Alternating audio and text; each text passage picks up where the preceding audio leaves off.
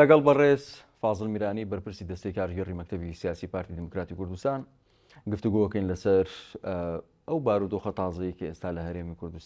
کوردستان و عێراق ناوخۆی هەرێمی کوردستان نێوان پارتی وێکێتی خۆتان نەزانن لە ماوەی چەند ڕۆژی ڕابردوو پارتی وێکێتی دوای ماوەیەکی زۆر لەسەر ئاسی مەکتەبی هەڵبژاردن کۆبوونەوە. ئەمە دەستپێکێکە بۆ ئەوەی بەرپرسانی پارتی وێکێتیڵن وەک دەستپێکێک بۆ کۆبوونەوەی باڵاتر و تواننەوەی ئەو بەسەڵکی کە لە نێوان پارتی وێکێتی هەیە دەستپێکی باشە. بۆی حەزم کرد لەگەڵ بەڕێز کاک فازڵ لەسەر ئەم بابەتەوە هەندێک بابەتی دیکەش گفتوگۆ بکەم. کاک فازڵ زۆر سپاس بۆ ئەوەی کە لەگەڵ ئێمە. زۆر سپاس کاک فازڵ لەسەر ئاستی مەکتەبی هەڵبژاردن کۆبوونەوە کەی لەسەر ئاستی باڵاتر کۆبوونەوە. کاک سەنگەر من هەمیشە گوتومە بەدیلی ڕێکنەکەوتنی پارتی وێکێتی چییە؟ یان بەلەحەرا بەدیلی پارتی بۆ یەکێتی کێیە؟ جارە من دەمگوت بەدیلی یەکێتی بۆ پارتی کێیە بە سوالەکەم گۆڕیوە ئێستا. بۆ من هەمیشە دەمگوت چونکو پارتی لە بەدیل نەگەڕاوە تا ئێستاش لە بەدیل نەگەڕاوە، بەڵام وا پێ ئەچێ ئەم دووریەی برادرانی یەکێتی دەیانەوێت بەدیلێک بۆ پارتی بدۆزنەوە کە بەڕێی من ڕێیم وەکو دۆستێک ئەگەر وا بکەن گەورەترین ئیشتیباه، چونکو بەدیلێک لە پارتی بە قووەتر شەریکێک لە پارتی بە قووەتر هەم تاریخ هەم جغرافیا نابینەوە، چونکو تۆ بێ شریکی یەکێک بارت هەلبگرێ بارت سوکاتەوە، ناچێ بێ شریکێکی بارت قورسکاتەوە، هەر شەریکێکی تر یەکێتی بدۆزێتەوە بەڕای من باری خۆی قورس دەکاتەوە. و من بە نەزاری من خوابکە منانی خوابکەم غەڵەت نیم ئیشتیباهش ئەمە یەکێک. ئی دووەم هەردوو دەستگای هەڵبژاردن باش بوو، ئەو دیواری سەهۆلیان شکاند کە هیچ مبەڕێک نەبوو. ئێمە چوونە لایەن وەفدی ئێمە چوو بۆ لایەن و چونکو سیاست بە میزاج ناکرێ، سیاست بە فعل و ڕەتفعل ناکرێ، سیاست بە دەرگای داخراوش ناکرێتەوە. ئەبێ دەرگای سیاست کراوە بێ، ئەبێ میزاجیەتی تێدا نەبێ، ئەبێ بە فعل و ڕەتفعلیش نەبێتەوە، چونکو فعلێک غەڵەت دەبێتەوە تو ڕەتفعلەکەی نەکە باشترە بۆی غەڵەت نەبێت، چونکو ڕەتفعلی فعلی غەڵەتیش ڕەتفعلەکەی غەڵەتە. بۆیش إذا كان الكلام من فضة فالسكوت من ذهب، بۆ سكوت من ذهب، چونکو ئەو زیوە ئەو سکوتەکە زێڕە، چونکو ئەگەر تو جا بدایەوە توش ئەبێ زیو. ئەمە یەک. ئی دووەم هەردوو دەستگای هەڵبژاردن لەسەر خاڵە ئەساسیەکان متفقن. هەموارکردنی یاسا بۆ 4 دائیرە، هەر محافزەك دائیرە بێ، اعتمادی بایۆمتری عێراق، تەفعیلکردنی کۆمسیۆن، ئەگەر یەکێتی و ئەحزابی تووشە نوێنەرەی خۆیان بگۆڕن مانع نییە. ئەمە هەژمارکردنی دەنگەکان چ بە ئەلکترۆنی چ بەدەست بێ، لستەکە نیوە بە نیوە، ئەمانە مەبادی ئەساسی ئینتخابات ئەمن. نقطەیەکی خلافی ماوە ئەوژی پێک هاتەکانن. ئێمە پێمان باشە چیتر ئێمە و یەکێتی نەبنە وەسی لەسەر پێک هاتەکان، نەبنە وەکیلیان. اینجا مەسیحینە یان تورکمانە، ینی با خۆیان لەگەر ئومەم متحیدە چ قەرارێک بدەن ئێمە قبولیان بکەینەوە. مادەم تۆ ڕازی شوریکی تونە لە وڵاتە، مادەم تو شوریک ئەمانە قەومیەتن یانجی مەزهب دینەکن، خۆ با حڕیەتی خۆیان هەبێ. چۆن ئێمە بۆ خۆمان قەرارێک دانین یەک دائیرە بێ چەند دائیرە بێ، ئەمە مەوزوعات. ئەمما ئێمە بڵێن ئللا ئەبێ کورسیەکانی مەسیحیەکان تورکمانەکان دابەشکەین بەسەر محافەزاتدا، منطقێک هەیە قبول ناکات. ئەو چ عیبێکی هەیە؟ عیبەکەی چییە؟ عیبەکەی دەکرێت دهۆک بەقەدەر هەولێر و سلێمانی کورسی هەبێ. سوالێکی بەسیطە، من ئەو سوالە دەکەم نە کورسی دهۆک کەمترە. بۆ؟ چونکو نفوسی دهۆک کەمترە لە هەولێر و سلێمانی، ئی سلێمانی زۆرترە لە هەولێر. مەسیحیش عینوانە، 100 مالی مەسیحی هەیە لە سلێمانی، 600 مالی مەسیحی هەیە لە محافزەی هەولێر. معقولە لە هەولێر مەسیحیەکان یەک مەقعدیان کورسیان هەبێ یان لە بە هەموویە یەک دائیرە بێ، با مەسیحەیەکی خەڵکی سلێمانی لە زمنی دائیرەی موحەد دەربچێت، کەس مانع نابێ. وەکو انتخاباتی جاری ئەوڵ لە یەک دائیرەمان کرد لە هەموو عێراق، کوردێک لە خەڵکی کوت فەیلێک لەسەر قائیمە ئێمە دەرچوو، یەکێک فەیلێک خانەقین لەسەر قائیمە یەکێتی دەرچوو، بەڵام نەمان گوتووە ئەبێ ئللا مقعدێکی پارتی لە فلان شوێن بێ دیسە مناڵێم ئێمە بۆ ئەوان بەجێبهێلینەوە و سوالێکی تر دێتەوە ئێمە کۆس نێخنەوە بەر دەرگای پێش انتخابات ئەم انتخاباتی هەرێمی کوردستان ئەبێ بکرێ ئەبێ هەمومان خەڵکی کوردستان بڵێن ئەبێ ئەم انتخاباتانە بکرێت چونکە هەر وەختێک ڕئیسی هەرێم تهدیدی کرد ئێستا وەفدی ڕئیسی هەرێم بەسەر حیزبەکاندا دەگەڕێ هاتنە لای ئێمە چوونە لای یەکێتیش بۆی موعدێک دابنێ ئیجتیماعێک بە ئەحزابەکان بکات و پاشان بە ئیتیفاق ڕۆژی هەڵبژاردن دیاریڕوونیەکەیە کەی بێ هەڵبژاردن یعنی وەفدەکەی سەرۆکایەتی هەرێمیان بە ئێوە خۆی ئەبێ لە پێشی مانگ نهایەتی مانگی 11 ئەو مادەی کە پەرلەمان تەمدیدی تەمەنی خۆی کردووە ئەبێ لەو مدەتە پێش ئەو مدەتە انتخابات بکرێت ینی مانگی دە نهایەتی مانگی دەها بیداتی مانگی ئەو تاریخەکە لە بیرم نییە بەس من ئەو مێژوەی کە پەرلەمانی کوردستان تەمەنی خۆی درێژ کردو ئەبێ پێش ئەو ماوەیە هەڵبژاردن بکرێت و ئەگەر ئێمە دەست بە خەتەواتی ئەوەلیمان کرد محکمەی ئیتیحادیش زۆر خوناکاتە تەرەف لەو مۆزوعە چونکو نەوع مراهەنەیەک هەیە لەسەر ئەوەی کە محکمەی ئیتیحادی دەستوریەتی تەمەن درێژکردنی پەرلەمان لە نەدەستوریەتی ئەوە مۆزوعاکی قانونیە قابلی مناقەشەیە مثلا بەدیدی من دەستوری عێراق نەسەک تێدا نییە کە پەرلەمانی کوردستان بووی نییە خۆی تەمدید کاتن ئەگەر نەسەک نەبوو لە قانوندا ئەگەر نەسەک نەبوو ئیجتیهاد جایز تەماشاکەی ئی دووەم سابقەی هەیە جارێکی ترش ئەم پەرلەمانە خۆی تەمدید کردووە لەبەر ئەوە محکمەی ئیتیحادی لە جاتی پێ بڵێ وڵا ئەم درێژکردنەوەی تەمەنی پەرلەمانی کوردستان دەستوریە یان دەستوری نییە باشترین ئەوە قەرارێکی مەسلحەتی عێراق و کوردستانی تێدا بێت بڵێ ئێوە ملزەمن لە خلالی ساڵی 2023 انتخابات بکەنەوە لەمە خۆی تووشی ئەو مشکلە ناکاتەوە و ئێمەش ملزەم دەبین کە انتخاباتەکەم بکەینەوە چونکە انتخابات نەکەین چی دەبێت ئەم مؤسساتی هەرێم مؤسساتی ڤاڵە دەمێنەوە ناشەرعی باشە مەسلحەتی ئێمەیە لەبەر ئەوە باشە کیت مەسئولێتێک بە ملی نەدەین وەنیە لەبەر ئەوە پارتی ممکن نییە قبول بکەن مؤسساتی هەرێمی کوردستان ناشەرعی بێتەوە انتخابات ئەبێ بکات کاک فازل ئێوە لە جەنابوەکو جەنابەت لە مۆزوعی بازنەکانی هەڵبژاردن کاراکردنەوەی کۆمیسیۆن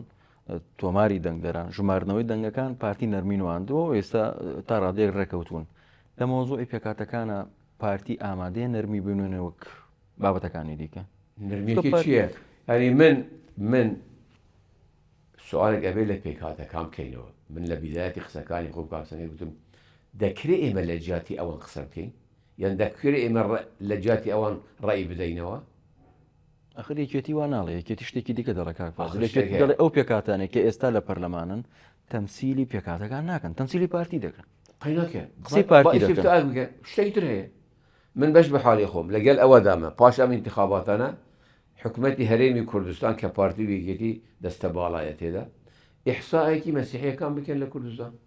بۆی ناخبەکان خۆیان دەنگ بدەن کەس دەنگیان پێ نەدات بەڵام تو مدەتێکی مەحدودت هەیە تو بینی شروط دابنێ بۆی انتخابات نەبێ ئەوە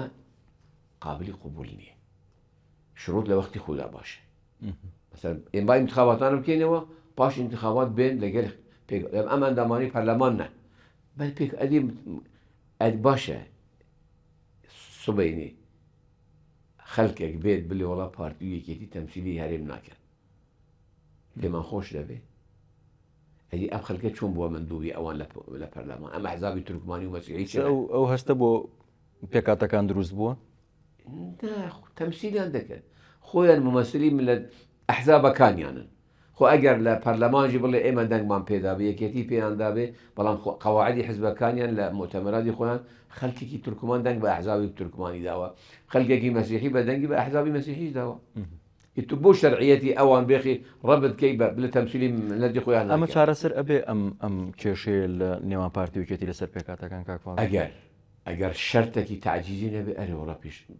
ئەمە متحیدە چی دەڵێ با بە قسەی ئەمە متحیدە بکەین هەر شتێک نەتەوەگرتوەکان وتی پارتی ڕازی دەبێ پێی بەنسبەتیەکەم پێکاتەکان ئەیتپی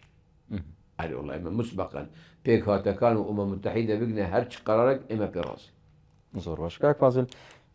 کێشەی پارتی وێکێتی لەسەر چیەوە ئەم گرێ کوێرەیە ناکرێتەوە و کۆ نابنەوە؟ کاکێک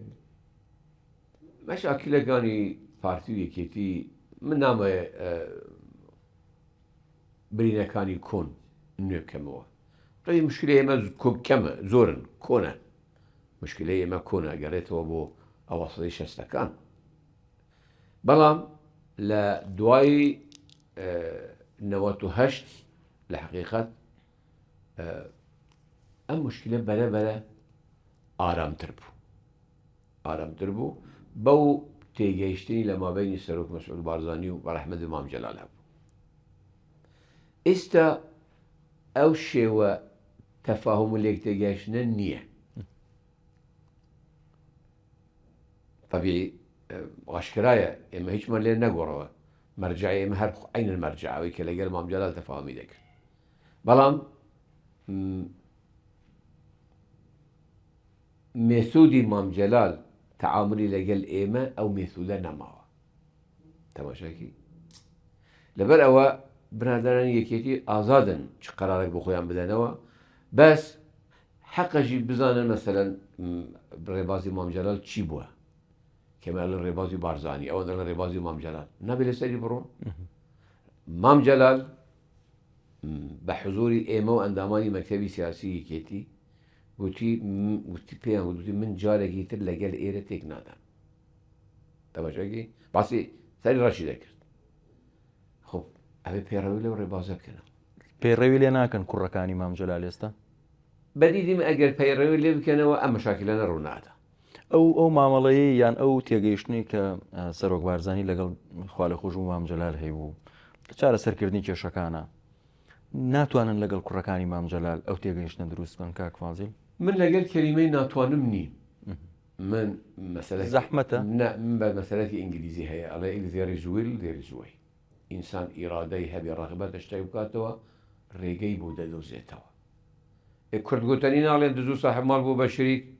نازانم گایان لە پەنجەرەوە بردیانە دەرێ. مەسەلەی ئێمە لەگەڵ مەسەلی خەڵکی تر زۆر فەرقە. ئەگەر ئیرادە هەبێ بوونە چی دەبێ؟ ئەگەر ئێمە تەفاهم نەکەین چی دەبێ؟ لەوە خراپتر دەبێت کە ئێمە شەڕ یەکترمان کرد. بەس ئاخرەکەی هەردوو ناگەهێشتمە قەناعەتە کە ئەمە زەرەری هەردوولامە، زەرەری وڵاتەکەمانی تێدایە، زەرەری ملەتەکەمانی تێدایە. ئەمە زەرەر لە ئەزمموی ئێمە و لە ڕابردووی ئێمە و ئەهم قوربانیایی کە داومانە ئیستا پاراستنی ئەم کیانم مەسئولیەتی هەموو لایەکە ئەوانەی کە تێدا دەچین بە ئێمە و بە یەکێتیەوە. نابێت مستەلزەماتی پاراستنی ئەم ئەزمونە ئێمە فەراهم بکەینەوە یان دابین بکەینەوە. بەم ناکۆکی و گلەی و گازندانی کە لە یەکدیتان هەیە کەوتۆتە مەترسیەوە ئەم ئەزمونە و ئەم دەستکەوتانە کاک فازیل؟ بە مەفهومی مەترسی ئینەمان نە، بەڵام تەئسیرکردن لە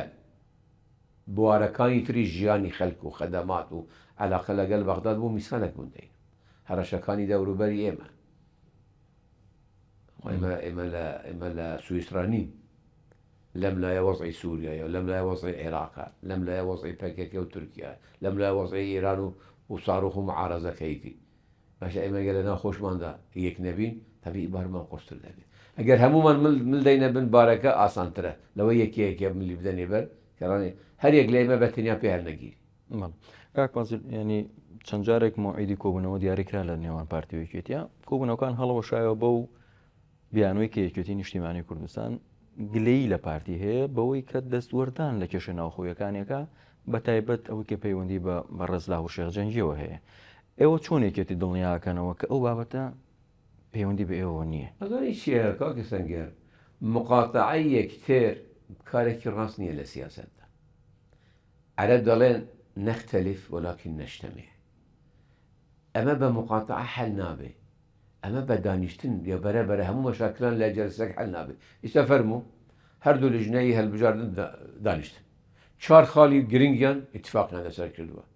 خاڵێک ماوە مەوعدیان دانە 4 مانگە، نازانم چەندی مانگە، ئیجتیماعی دووەم ئەبێ احتیمال ئەو خاڵش حەل بکەنەوە. مابەینی پارتی و یەکێتیش وایە ئەدی ئەم مەشاکلی چەند ساڵە هەروەمان حەل نەکردووە؟ هەر وەختێک مقاتعەمان کردی مەشاکلان لە شوێنی خۆیان ماوە. هەر وەختە کوبوونەوەمان کردبێ بەرەبەرە ئەم کۆبوونەوە دوو مشکلەمان حەل ئەو کردووە. گلەیەکێتی بە حەق دەزانی کاک فازیل ئەگەر دەستمان و دەستوەردانمان کردوێ لە ئیشوکاری نێوخۆیان حەقیانە، بەڵام ئێمە بۆ دەستوەردین لە کاروبارین یەکێتی.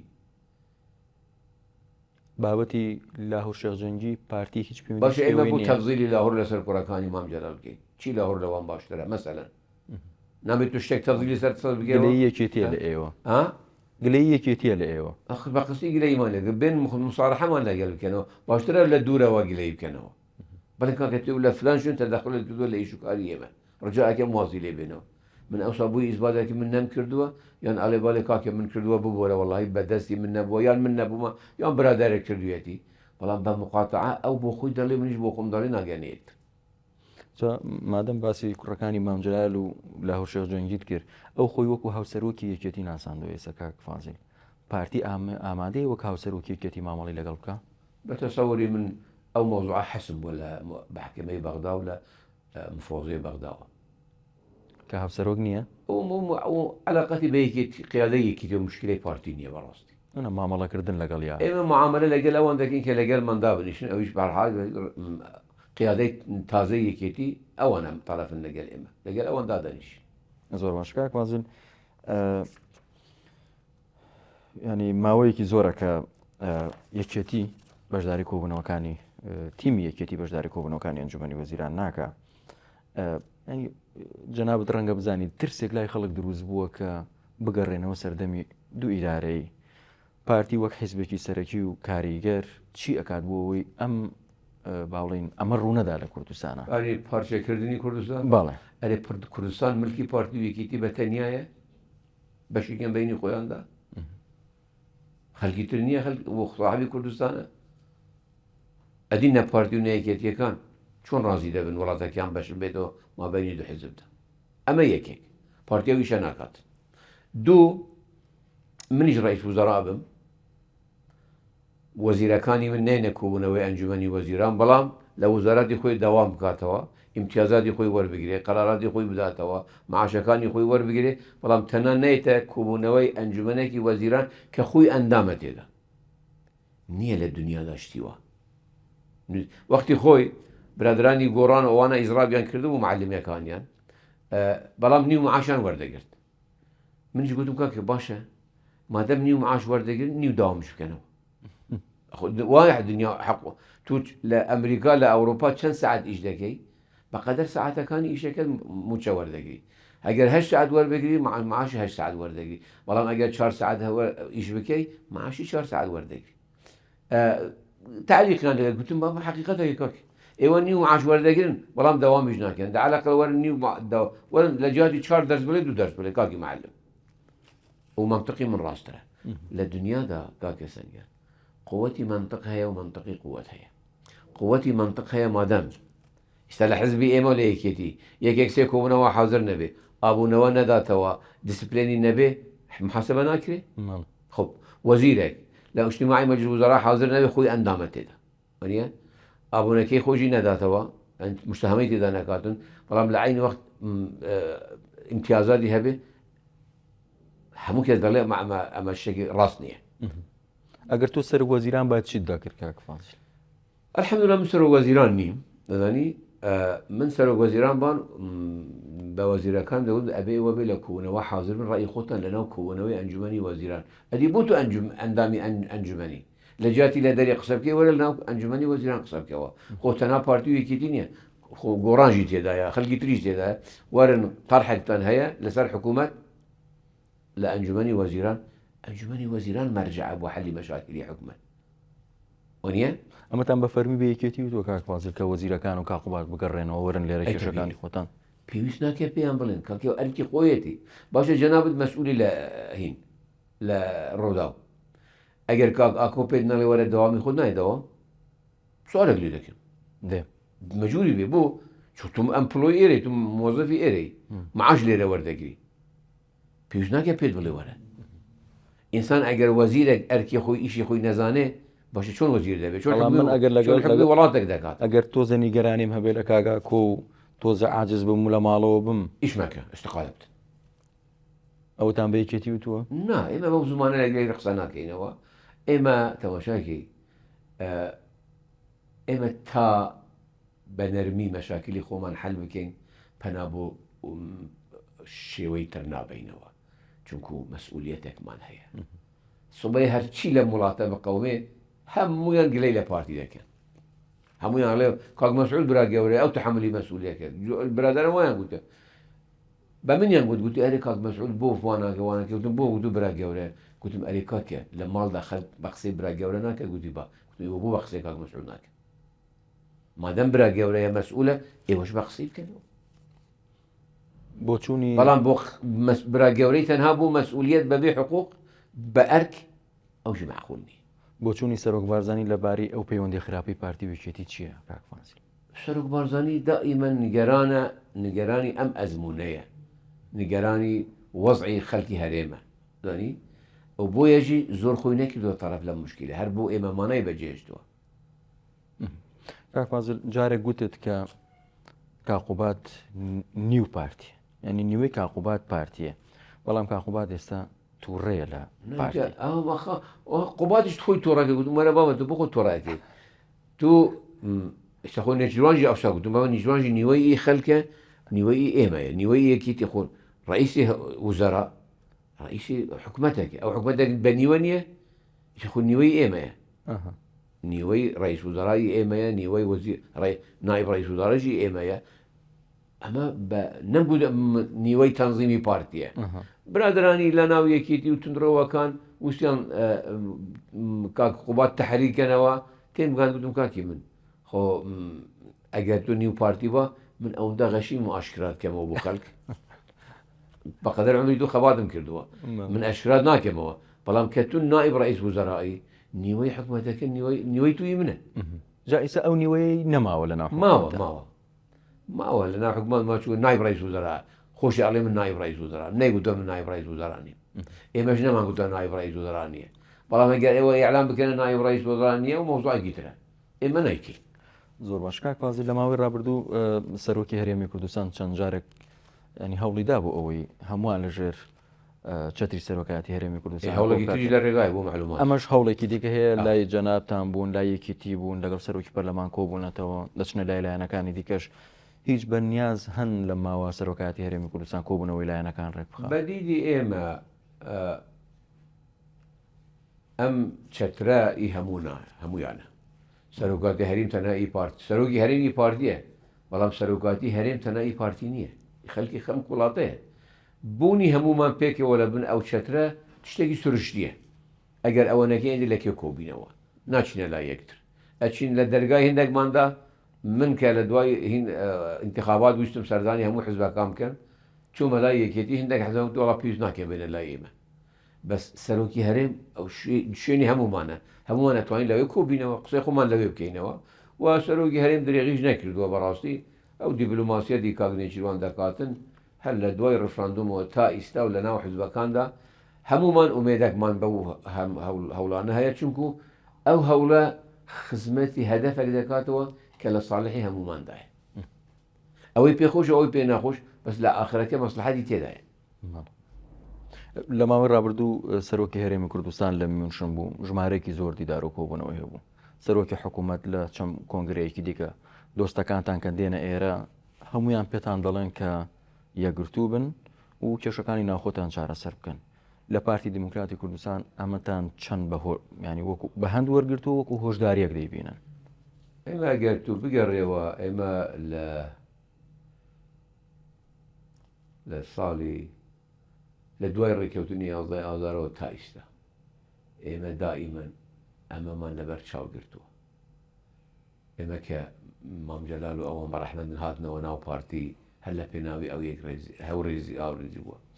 لە دوای شەڕێنێ خۆی 6 و 8 و ئەوانە کە بە خزمەت کاگەدریست کە ئاشبوونەوەی گشتیمان کرد هەر ئەو مەبەستە بوو لە دوای کە ئینتیفازەمان پێکەوە جەبهەی کوردستانیمان دروست کرد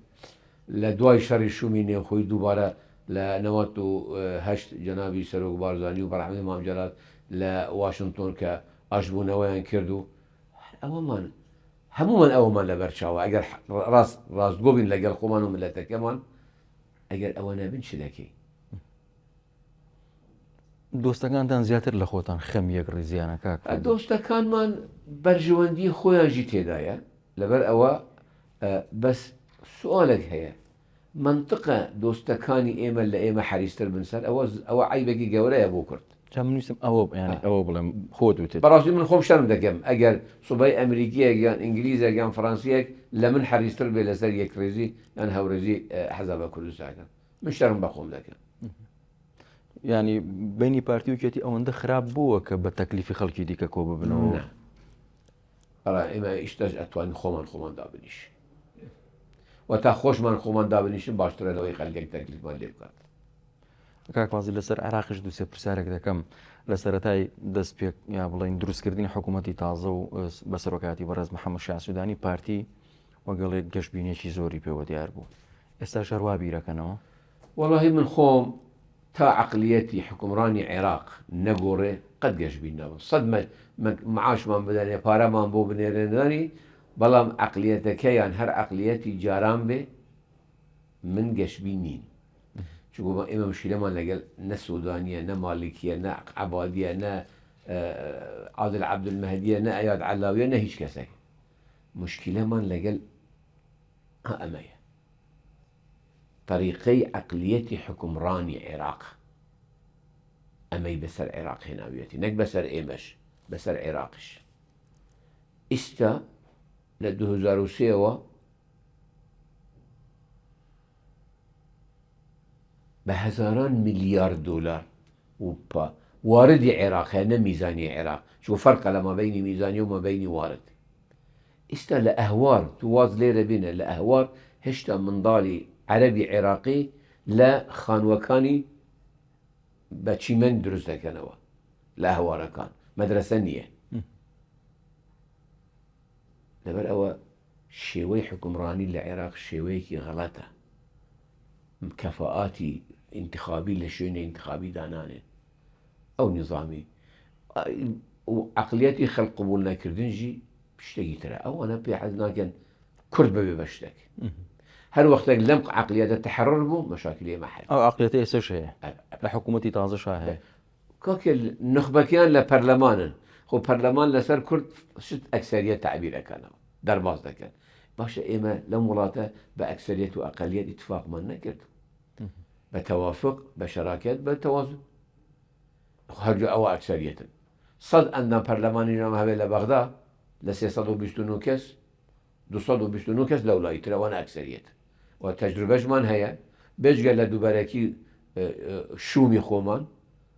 لە چەند بەرەکی وەڵا نەبەس دووبارەکی مە یەکێتی هەندێک جارە حەزابەکانی تریش ئەوە یەک کورسیژی هەیە ڕایەکی خۆی دەداتن قانونی انتخابات لەسەر ئێمە فەرجان کرد بە ئەکسەریەت میزانیە بەسەر ئێمە فەرجان کرد بووە ئیلە ئاخری قانونی نەفت و غاز دەیانەوێت لەسەر ئێمە فەرز بکەن عقلیەتی ئەکسەریەت و ئەقەلیەتە لەبەر ئەوە من پەرۆشی عقلیەتی حکومڕانیەکەم نەک ئەشخاصەکان ئەنگەشبن نیت ئەشخاصەکان باشن بەس عقلیەتەکان باش نین پاوی عقلیەتی ئەیدۆلۆژی عامیان هەیە ئێمەی کورد ئێمە دەرەوەی عقلیەتی عێراق تەعامل لەگەڵ دەکەین بە دوو قسەی خۆش دڵمان خۆش دەبێت بەڵام ئەبێ بزانین لە ناوەوە چه هەیە لە ناوەوە ئەمەیە کە سەبووکی نیشان دەدەن بە سووکی نیشان بەس لە حقیقەت لە ناوەوە ئەمە ناوگەێن ڕەش بینم وایە وا پەروە وا خۆی بینیوە کاک بازر تەنها عقلیەتەکەی ئەوەی کە جەنابەت باست کردیان وەک لە پانێڵەکەش هەم جەنابەت هەم کاک مەلا بەختیاریش و کاکی واژ لێ ئەوەی پرسی وڵاتانی دەوروبەریش کاریگەریان لەسەر ئەو کێشانە هەیە گوتم ئەمریکا قانونێکی غەڵەتی کرد لە تەحریرەوە کردی بە احتیلال و والیکە مەجبوری کرد بووە بە مەجبوری مەرجعیەت بێ بەسترا انتخاباتێک بکرێ بۆ ئەری قاعدە پەیدا بوو جوبی مقاومە پەیدا بوو سنە ڕای کردەوە بۆ زڵی ڕژێم دووەلی عەرەبی لە ترسین شەرق ئەوسەتێکی تازە لە عێراقەوە هەمویان پشتیان لە عێراق کردەوە دەرگای عێراق و هینەکانی بۆ تورکیا و ئیران کرایەوە ئەم وەسای بەسەردا خۆ من نەشارێمەوە کەسی ناتوانێت مناقشەمە لەگەڵ بکات بڵێ وان نییە چەند جارێکی دیش ئەم پرسیارەم لە جەنابەت کردووە کاکی واژ لە پانێڵەکە لێ ئەوەی کرد بۆ ناچن لە ئێران کێشەکەتان لەگەڵ عێراقا چارەسەر بکەن؟ ئێران ناوێ بە شاکلەکانمان چارەسەر بکات ئللا بەو طریقەیەکی خۆی دەوێت. طریقەکە چی ئەو دەیەوێ على كل کە جیاوازی لەو طریقەیە کە ئێوە دەدانێت؟ ئێمە ناتوان لێ علامەوە بڵێن لا كل ما يعرف يقال. زۆر باش کاکوازل هیچ دڵنیاییەکتان لە هاوپەیمانی لایەنەکانی هاوپەیمانی بەڕێوەبردننی دەوڵەت وەرگرتووە بۆ پابندبوون بەو ڕێکەوتنەی کە ئێوە لە پارتی دموکراتی کوردستان و یەکێتی لەگەڵ ئەوانی دیکە واژوتان کردووە پێگەێنانی دڵنیایی لە مابینی ژن و پیاودا هەیە، دڵنیایی لە تەجروبە و لە ئیلتزامات دەرداشکرد. من ناتوانم نیەتیان بخوێنمەوە، بەڵام ئەوەی حکم لێ دەداتەوە ئیلتزامە. تا ئێستا لە ماوەی ئەو 100 ڕۆژە و 100 ڕۆژ زیاتری حکوومەت ئیلتزامیان بەو ڕێکەوت نەکردووە؟ بە دیدی من نە. بەسیطترین تشتیش ئەوەیە ئەو قەرارەی غەڵاتی عادل عەبدولمەهدی و کاظمیاندا ئەوان ئەو تەنفیزە نەکرد، غەڵاتەکەیان چاپ نەکردووە. قەتعی ئەو 200 ملیارەکەی کە ئالی سادەقامان پێ دەکە حەقی خۆمانە، ئەوانەی ئەوان قەتعیان کردووە، ئەمانە نهاتن بڵێن کاکی وەڵا ئەمانە غەدریان لە ئێوە کردووە، ئێمە دەوڵەتێکی تازەمان دروست کردووە، فەرمەوە پارەی کوردستانش. کاکوازل ئەگەر خوا نەخواست ئەو ئەزمونە دووبارە بوویەوە کە لە ساڵانی ڕابردووە لەگەڵ حکوومەتەکانی دیکە هەتان بووە، لەگەڵ لایەنەکانی شەعا هەتان بووە، بۆی ئیمزاتان کردو و پەشیمان بوونەتەوە، ئەگەر شتێکی وا ڕوویدا تەنها گلەی و گازن لە چوارچەوەی گلەی و گازندا دەمێنێتەوە هەڵوێستی ئەوە یان هیچ کارتێک هەیە کورد بەکاری بێنێ؟ دەتەوێت منی ساوڕێمە چی دەکەین؟ خۆمکینیان بڵێن هەتانەکان جارێ ئەو نەبووە، ئەگەر بووش ئەگەر ئێمە ئەوسا لكل حادث حديث. لەگەڵ لایەنە سوونەکان ئەو ڕێکەوتنتان ماوە کە هەتان بوو بۆ پێگەێنانی حکوومەت و هاوپەیمانێتی؟ سنەش لە مابینی وەزعیان لە ئێمە باشتر نییە ناخۆیان. ئەگەر مووقیفێک هەبوو لەلایەن کوردەوە سونەکانتان لەگەڵە بێ بەپێی ئەو ڕێکەوتنێک کە پێشتر هەتان بوو کاکوازل؟ هەموو سنەنە. پێشتر زۆرینی سوونەکانتان لەگەڵاوە؟ پێشتر تەرکیبی سنە جودا وەکو ئێمە، پێشتر ئێمەش یەک تەحالفی کوردستانیمان هەبوو، هەموو حزبەکان یەک کوتلە هەبوو. مەبەستم ئەو کوتلە گەورەی سوونەکانە بەڕێز هەلبووسی و بەڕێز خەنجەر و ئەوانتان لەگەڵ ماوە بۆ ئەو مووقیفە سیاسیانەکە ئێستا هەتانەیەوە و شەکلەن لەگەل ئێمە ماوە، بەس هێشتا مووقفێک ناتوە مەزمونم ڕێ لەگەل ئێمەنە تا سەر لەبەرەوە ناتوانێت ئەوە. زۆر سپاس. هەڵوێستەکان ئەتوانی لەسەر هەڵوێست حکم بدەیەوە، شتێک بێتەوە پێش ئەگەر هەڵوێستیان لەگەل ئێمە بوو حکمی لێ دەدەین بە ئیجابی، ئەگەر هەڵوێستیان لەگەل ئێمە نەبوو ئەڵێن لەگەل ئێمە نەبوو. زۆر سپاس کاکفازل، سپاس بەڕێز فازڵ میرانی بەرپرسی دەستێکاریەری مەکتەبی سیاسی پارتی دموکراتی کوردستان. خۆش بێ کاکە سەنگەرجان. زۆر سپاس.